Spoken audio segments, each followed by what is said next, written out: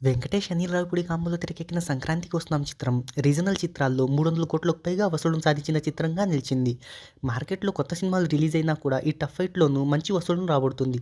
ఈ చిత్రం 34వ రోజు కలెక్షన్లను తెలుసుకోబోయే ముందు ఒక చిన్న రిక్వెస్ట్. మన ఛానల్‌లోని వీడియోస్ చూసి నచ్చితే సబ్స్క్రైబ్ చేసి లైక్ కొట్టి షేర్ చేయండి.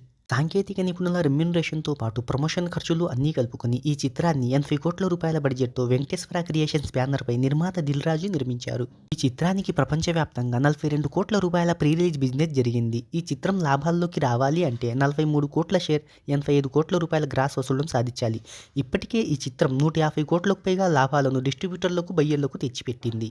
33 రోజుల వరకు ఏరియాల వైస్ కలెక్షన్లు ఒకసారి చూసుకున్నట్టయితే నైజాంలో 42.60 కోట్లు, సీడెడ్లో 19.6 కోట్లు, ఉత్తరాంధ్రలో 22.47 కోట్లు, ఈస్ట్ గోదావరిలో 13.75 కోట్లు, వెస్ట్ గోదావరిలో 8.98 కోట్లు, గుంటూరులో 10.39 కోట్లు, కృష్ణాలో 9.63 కోట్లు, నెల్లూరులో 4.82 కోట్ల చొప్పున మొత్తం తెలుగు రాష్ట్రాల్లో 131.70 కోట్ల షేర్ను రాబట్టింది.